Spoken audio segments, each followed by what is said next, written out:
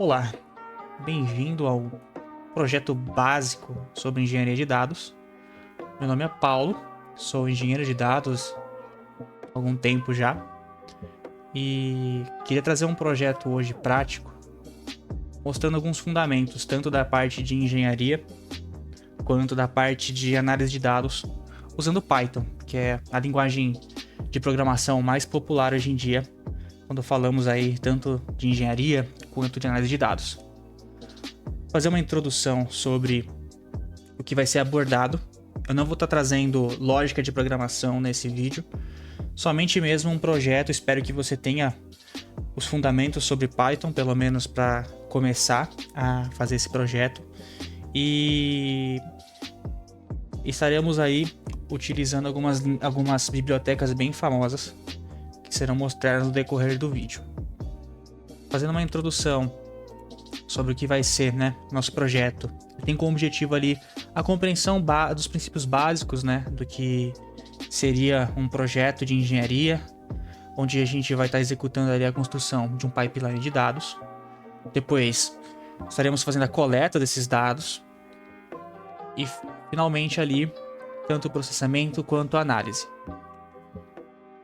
Caso vocês queiram, eu vou deixar todo esse material aqui, tanto na descrição quanto num repositório do GitHub, para poder consultar, caso você queira usar em algum estudo seu, caso você queira, sei lá, usar como parte do seu portfólio também. Vindo aqui para IDE, que eu vou estar utilizando, vai ser o PyCharm. Você pode estar usando qualquer IDE que seja do seu agrado, certo? Não faz muita diferença. Então, já criei uma pasta aqui para começar o nosso projeto. Vou estar criando aqui dentro dessa pasta um arquivo Python para começar. Eu vou chamar esse cara de, sei lá, projeto também. Vou dar o nome que vocês quiserem aí pro arquivo Python de vocês. E a gente vai começar falando um pouquinho ali sobre a parte de geração de dados.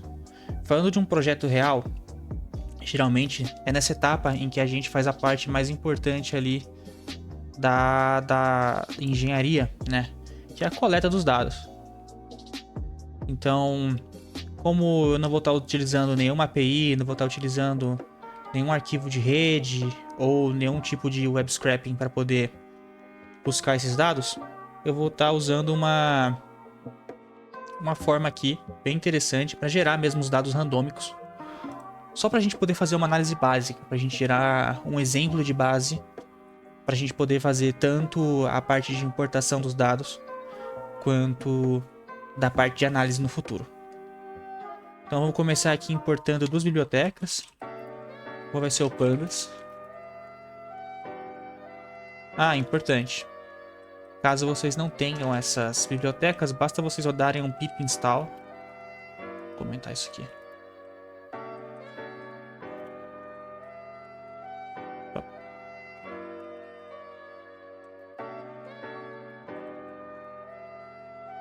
Pandas e o NumPy. Vou dar um zoom que eu acho que fica um pouco melhor para enxergar no vídeo.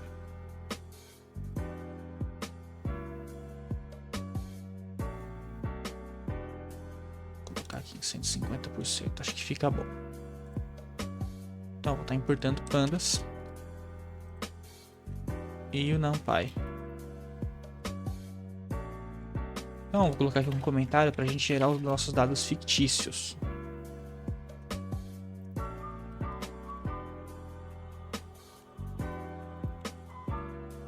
Certo? Vou começar aqui nosso código então.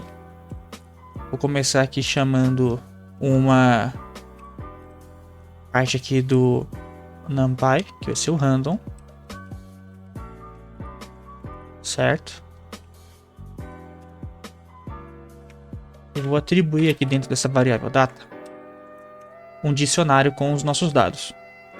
Vou chamar primeiro aqui um ID para esses dados que a gente vai estar gerando.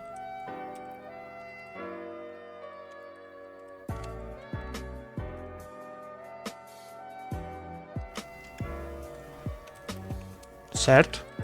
Vai estar gerando esse um ID. vou estar gerando uma data para que a gente possa coletar também essa informação.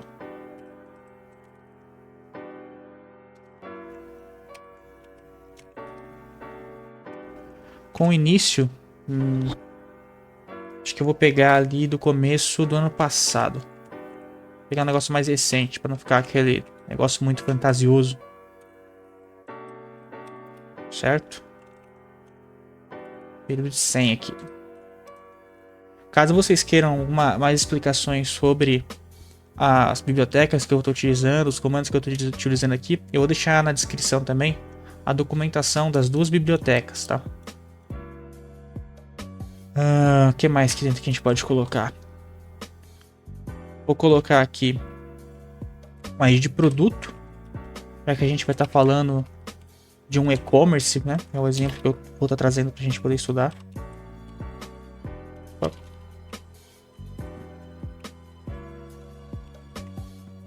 colocar aqui um rangente de 1 a 20. Um tamanho máximo. Sim. Botou igual. Pronto. Vou colocar aqui uma quantidade dos nossos produtos.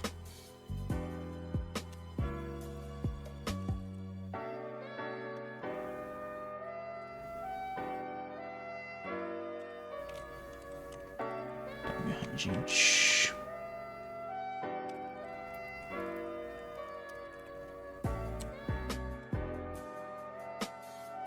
Colocar um preço. Importante colocar um preço. Cadê? Isso aqui, fazer um round. Essa ajuda do Pai Charme, às vezes, ele mais atrapalha do que ajuda. Deform. Vou abrir um parênteses aqui. 5 a 100. 100. Com duas casas decimais. Faltou uma vírgula. Beleza. E vamos criar também uma categoria aqui. Category.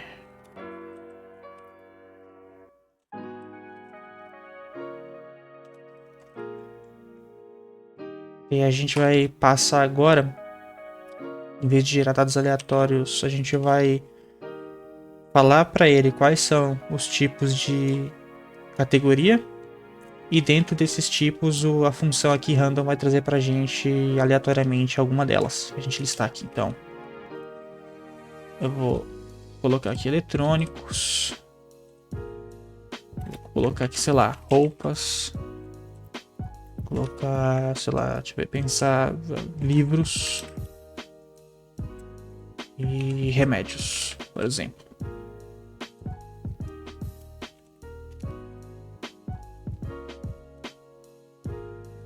Certo?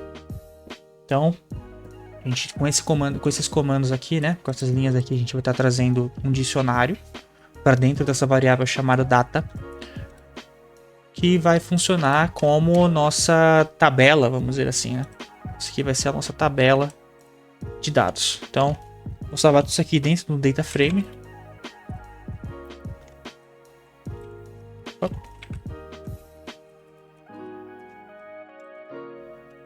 Certo? E também vou fazer uma coisa que é comum a gente fazer para salvar a log do que a gente está salvando. Não dessa forma aqui, obviamente, que eu vou estar fazendo, porque dessa forma que eu vou fazer, a gente vai salvar tudo que tem aqui dentro dessa tabela. Coisa que pode consumir muito espaço em disco, caso você esteja salvando uma tabela muito grande. Mas, só para exemplificar, eu vou usar aqui def to csv, que vai salvar isso aqui no arquivo .csv.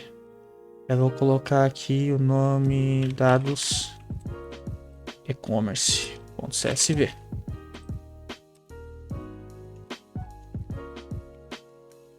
Deixar o index falso aqui. Beleza? E aqui eu vou estar dando um print no final de tudo isso.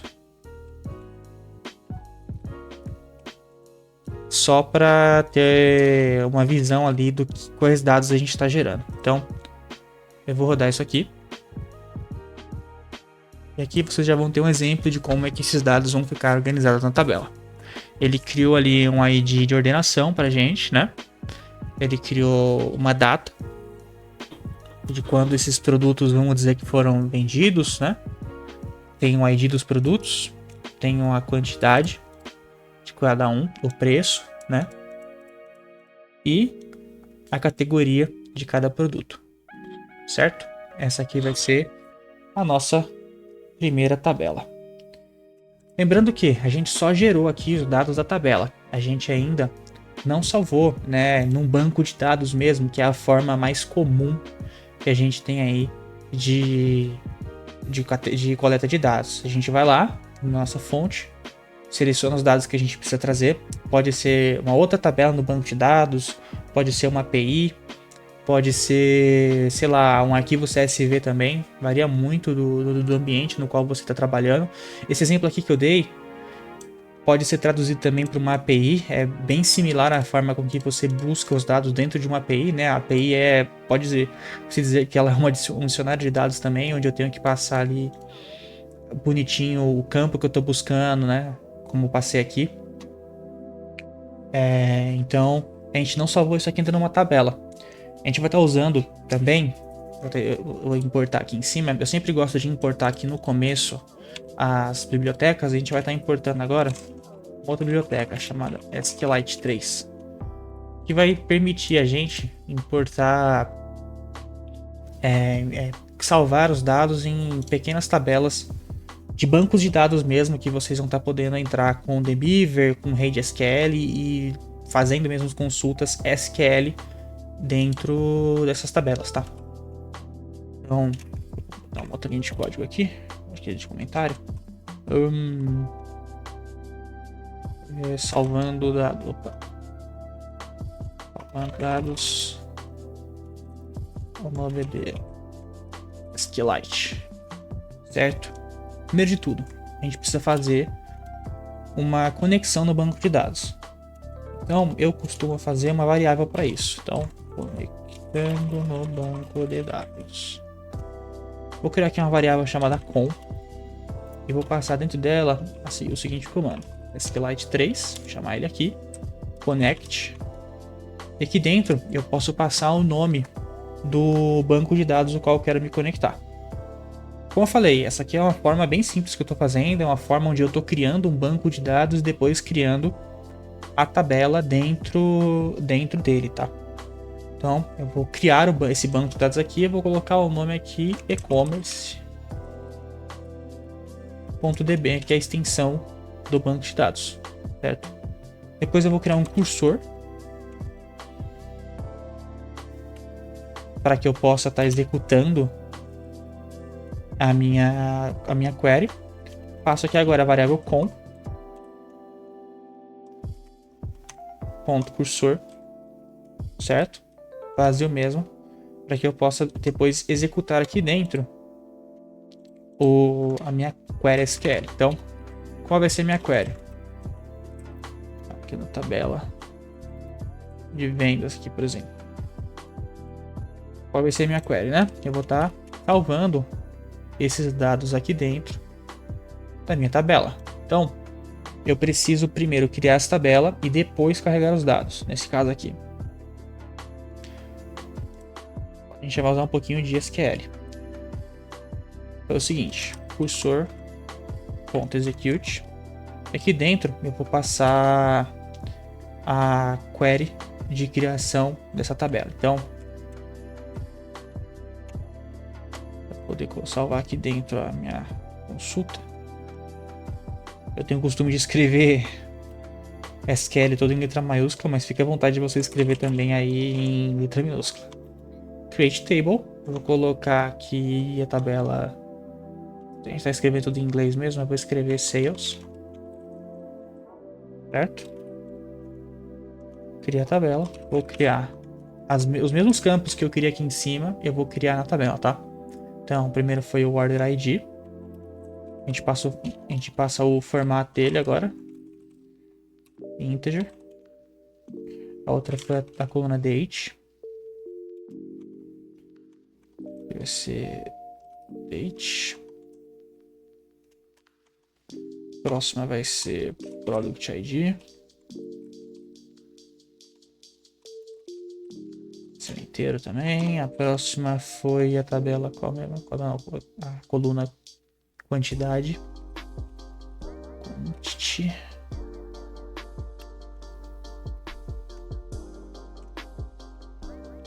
Inteiro. Price vai ser float. Não lembro se a SQLite aceita float ou real. A gente vai testar depois.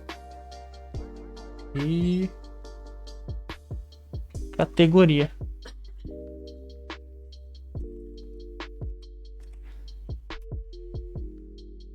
Eu também não lembro se o SQLite aceita como text ou string ou varchar. A gente vai testar. Fecho aqui meu comando create. Vamos testar para ver se vai dar algum erro. Não deu erro. Se a gente vir aqui agora na nossa pasta, né, na pasta onde a gente começou o nosso projeto, já vai ter o arquivo .csv onde foram salvos esses dados aqui. E também o banco de dados e-commerce.db.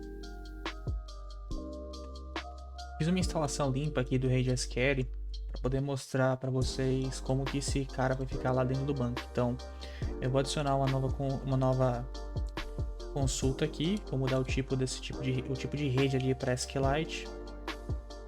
E aqui eu vou buscar onde está esse meu cara salvo. No meu caso aqui eu salvei na minha pasta de estudos, projetos e salvei aqui dentro da pasta, cadê? Aqui.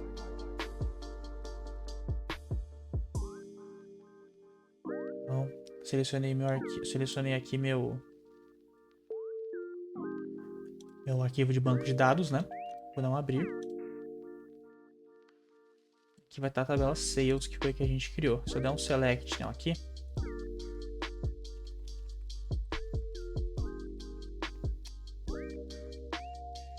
já vai estar criada aqui a tabela.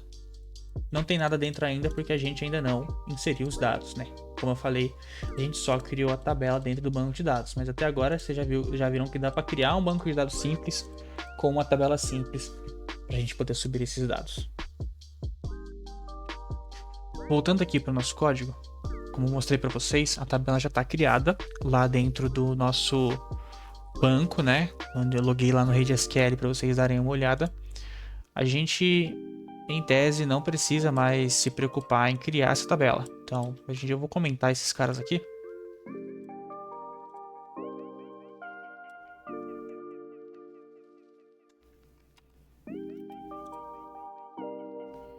E vou começar a parte agora de carga desses dados, né? Que a gente gerou aqui em cima para dentro dessa tabela. Vou colocar aqui uma outra linha de código. Muito importante sempre comentar o código de vocês. Mesmo que seja você mesmo que vá analisar o seu próprio código futuramente ou coisa assim, é sempre importante fazer a parte de comentários para você entender como os blocos funcionam. Então, se você precisar voltar, consultar esse código para pegar alguma parte pronta, entender algum conceito, rever algum conceito que você acabou não pegando muito bem, é sempre bom ter esses comentários para você ir direto ao ponto. Então, carregando dados no banco, ou melhor, na tabela sales. A gente vai dar um def to SQL aqui. Lá em cima a gente usou um def to CSV, né? E dentro a gente vai passar qual tabela que a gente vai fazer a inserção dos dados, usando quais credenciais de conexão, porque eu salvei dentro dessa variável com. E vou passar um parâmetro agora. Se essa tabela já existir, dá um replace para facilitar. Óbvio que tem outros tipos, né, de inserção de dados. Você pode dar um drop na tabela, um truncate, deletar tal período, mas nesse caso aqui a gente quer um pouco mais simples. A gente vai estar passando só mesmo para dar um replace. Dá um com.commit aqui para poder realmente enviar esses dados para o banco, né? E vou fechar a conexão no final de tudo. Vamos ver se vai funcionar. Maravilha, funcionou. Ele já inseriu os dados que a gente salvou aqui em cima no data frame, né? A gente gerou os dados aqui, salvamos dentro dessa variável chamada df. Depois salvamos esse cara no CSV só pra gente ter poder olhar caso a gente queira, pôr a mão, ou sei lá, jogar por Excel, que não vem ao caso aqui. Criamos a tabela, né? E depois carregamos os dados gerados ali em cima para a tabela que a gente criou. Se a gente vier aqui agora no nosso Rage SQL ou The Beaver, vocês usem o programa que vocês acharem melhor, é o SGBD que vocês acharem melhor. Se a gente der um select aqui na tabela Sales, vocês já vão ver que os dados já estão populados, né? A gente já tem todos os dados que a gente gerou lá dentro daqueles comandos que usamos mais cedo, né, no começo do vídeo, para poder gerar esses dados aqui. Então ele tem a tabela, a coluna ID, a coluna de data, a coluna de ID de produto, a quantidade, o preço e a categoria, certo? Então ficou bem completinho aí, é pra gente começar. Passada essa primeira parte, onde a gente fez o processo de coleta dos dados, vem uma parte muito importante também, que é a parte ali de processamento de dados, né? Onde a gente faz toda a parte de limpeza, como por exemplo a remoção de duplicatas, remoções de ruídos dos dados. Então é uma parte muito importante no cotidiano de um engenheiro de dados ou de um analista de dados, tá? Muitas vezes a gente acaba pegando muitas bases com muita sujeira. É a parte, geralmente a etapa em que se perde mais tempo, né? Executando ali serviços mais braçais, vamos dizer assim. E o Python, felizmente, dá bastante suporte pra gente, enquanto o assunto é principalmente remoção de duplicatas. Porque, só explicando o nível de necessidade disso, duplicatas no seu código ou nos seus dados, nesse caso, podem mascarar completamente um resultado, né? Então você queria mostrar o número A para o seu cliente, para o seu chefe, e acabou mostrando o número B, dando ali o insight para a tomada de decisão dele totalmente errado. Então é uma etapa muito importante, certo? Vamos continuar aqui fazendo. Eu vou escrever uma parte aqui, mais um comentário. Limpeza e transformação.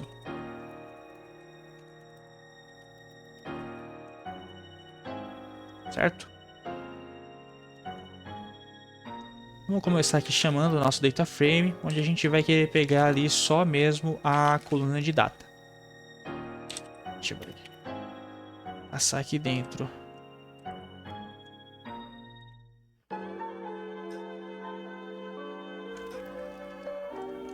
Opa.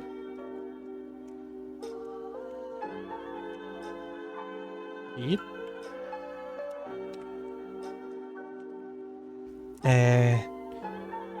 explicando aqui brevemente o que esse cara tá fazendo. Faltou chamar só um negócio na cabeça antes de chamar a biblioteca. Explicando aqui brevemente o que esse cara aqui tá fazendo. Estamos basicamente aqui transformando a coluna de data, né, para o formato datetime.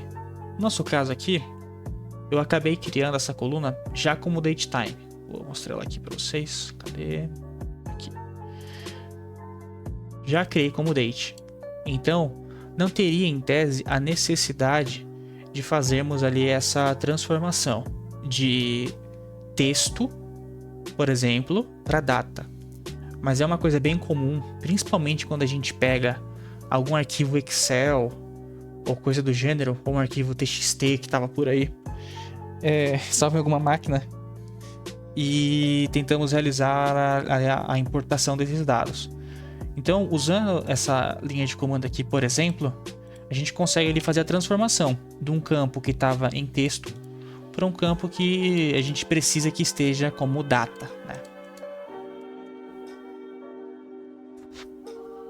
Então, agora, já que a gente tratou, vamos dizer assim, nossa coluna de data, né, de texto para data, a gente vai também tratar agora a questão das duplicatas, que foi aquilo que eu comentei mais cedo, né, que é uma parte bem crucial. Então, a gente vai chamar aqui mais uma vez nosso data frame, vamos usar agora aqui o comando drop duplicates. Vamos passar aqui um parâmetro in place igual true.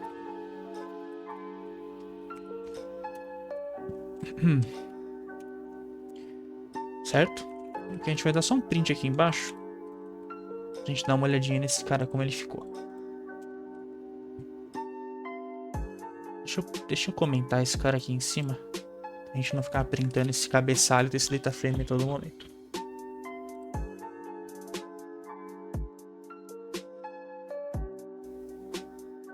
Ele deu erro aqui. Ele já deu erro aqui em cima. A gente tentou fazer a conversão de data para data. Eu vou comentar esse cara aqui, já que a nossa coluna já está como data, não fica meio redundante. Pronto. Maravilha. Tinha alguns dados duplicados, ele removeu pra gente.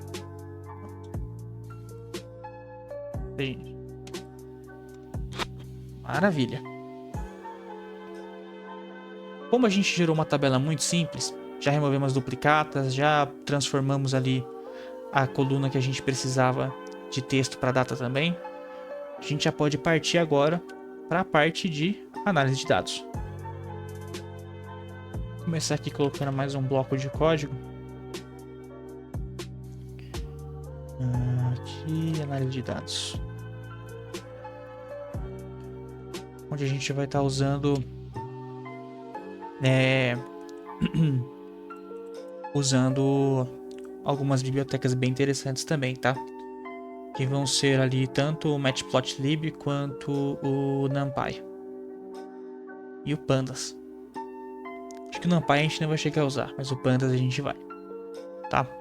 Que são bibliotecas mais utilizadas ali por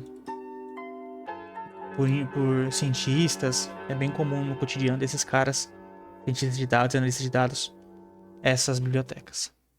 Então, eu vou importar aqui em cima de novo mais uma biblioteca, que vai ser o Matplotlib, tá? Essa parte aqui de análise de dados, se vocês quiserem fazer num arquivo Python separado, né? Separar a parte de carga de dados da parte de análise, fiquem à vontade. Eu vou estar fazendo tudo aqui mesmo para ficar num código só. Então, como não vai ser nada muito extenso, não tem problema, ao meu ver. Então eu vou dar um import aqui em cima. Matplotlib. Vou estar importando aqui o pyplot. Certo?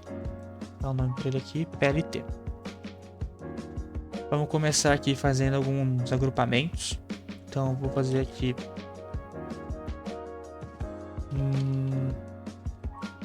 grupo de categoria de vendas. Category Sales. Vou chamar aqui nosso data frame. Vou fazer um agrupamento. Group by. Vou agrupar isso aqui por categoria. Lembrando que isso aqui tem que ser o nome assim como tá na nossa tabela, tá? E vou agrupar aqui as quantidades através de uma soma. Certo?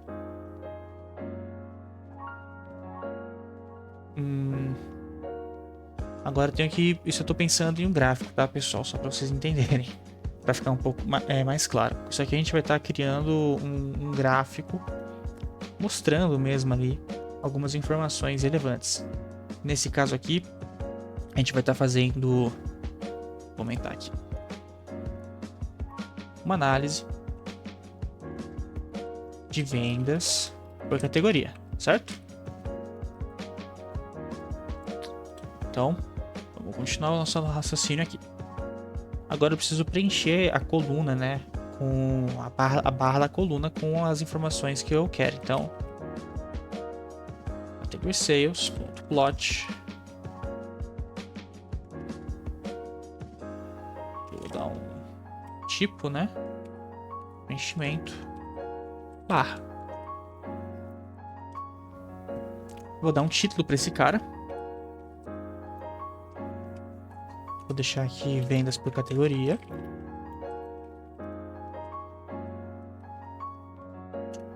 Certo? E agora eu vou escrever o nome dali o nome das minhas dos meus eixos do gráfico. Então, no eixo X, eu vou colocar aqui minha categoria. Opa. No eixo Y,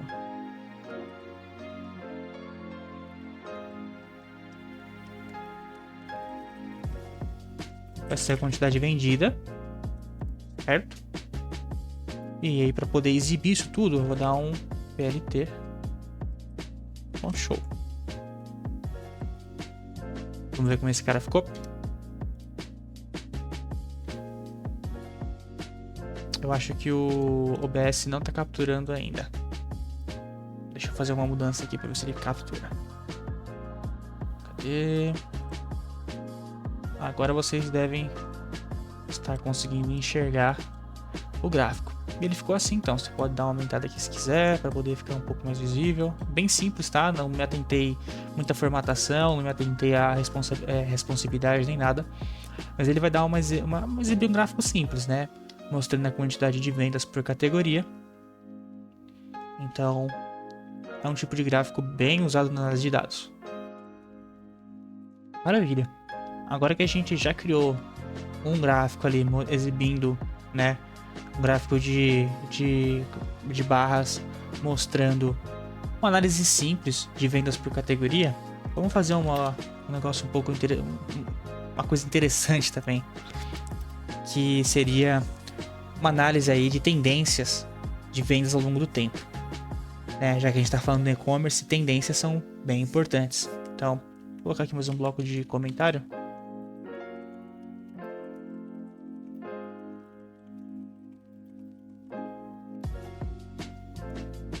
Certo? Vamos chamar nosso data frame.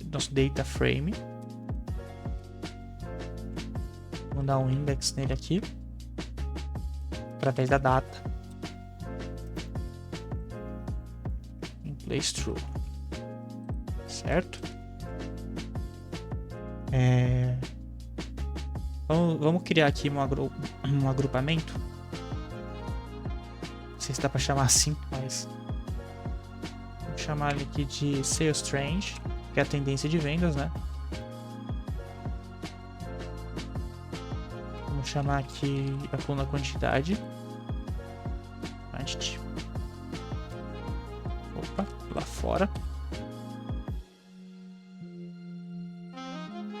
Ponto sample.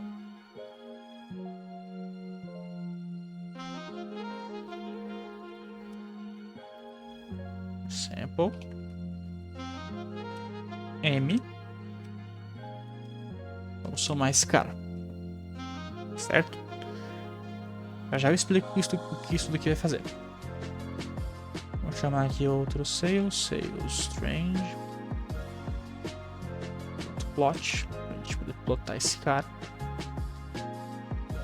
Faltou o T. Opa. Aí. Maravilha. Vamos dar agora um título para esse cara. Assim como a gente fez no outro ali. Tendências de vendas ao longo do tempo.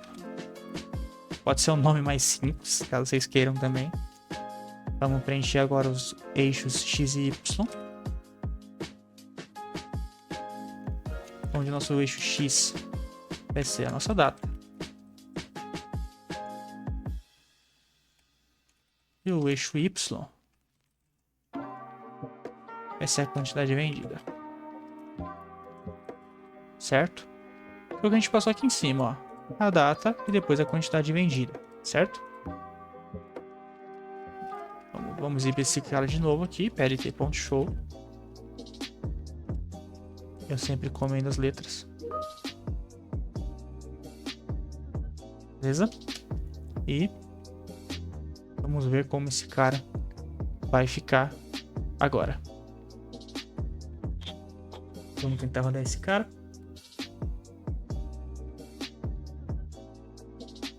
Ele deu um erro na coluna date. Falou que ela não existe nas colunas. Não existe mesmo, porque a gente criou a coluna com o nome data. Então, acho que agora deve dar certo. Vamos tentar rodar esse cara. Vamos ver aqui. Show, o primeiro gráfico está sendo exibido. Vendas por categoria, assim como a gente tinha criado. Se eu fechar esse cara, ele tem que exibir o próximo. Maravilha. Tá aqui, tendências de vendas ao longo do tempo. Então, conforme a gente configurou, né? Que no eixo X a data, né? Os meses. Agrupou ele por mês. Então, janeiro, fevereiro, março e abril. E depois ele fez aqui também ali o agrupamento das vendas, né? Da quantidade vendida. Então, como eixo Y, eu tenho aqui a quantidade vendida. Show de bola, então. Esse era o projeto que eu queria trazer hoje, para a gente revisar um pouco dos conceitos básicos, tanto de engenharia quanto de análise de dados. Hoje a gente aprendeu como gerar dados fictícios, né, para que a gente possa talvez ali testar um gráfico, testar uma criação testar uma análise que a gente queira aplicar em algum lugar, né, ver algum formato de gráfico que a gente ache melhor. Então, esse tipo de código aqui, ele parece bobo, mas ele pode dar bastante insight para você tá levando isso para o seu dia a dia no trabalho, no dia a dia nos estudos. Eu mesmo, nos meus períodos de estudo, já gerei bastante dado fictício, assim, porque é uma informação relativamente simples de se gerar, né? Vocês viram que em poucos minutos a gente gerou uma tabela com dados bem similares aos que são utilizados ali no dia a dia. E melhor de tudo é que não tem nada sigiloso, você não deve créditos a ninguém, tudo foi você mesmo ali quem criou, tudo foi você mesmo quem gerou. Então, usem e abusem desse tipo de código, desse tipo de prática, tá? Eu pretendo trazer mais alguns vídeos falando de alguns projetos simples, assim, também para quem quer começar na área, para quem quer ter um pouco mais de conhecimento sobre Python. Eu vou estar deixando mais uma vez aqui, reforçando, todos os materiais desse curso aqui na descrição. Eu vou estar deixando também o repositório desse projetinho simples aqui que a gente fez hoje no GitHub. E é isso. Se vocês quiserem ver mais sobre Python, mais sobre engenharia, por favor não se esqueçam aí de se inscrever nesse canal. Deem um gostei aí nesse vídeo se foi de alguma ajuda para vocês. E eu vejo vocês no próximo vídeo. Obrigado.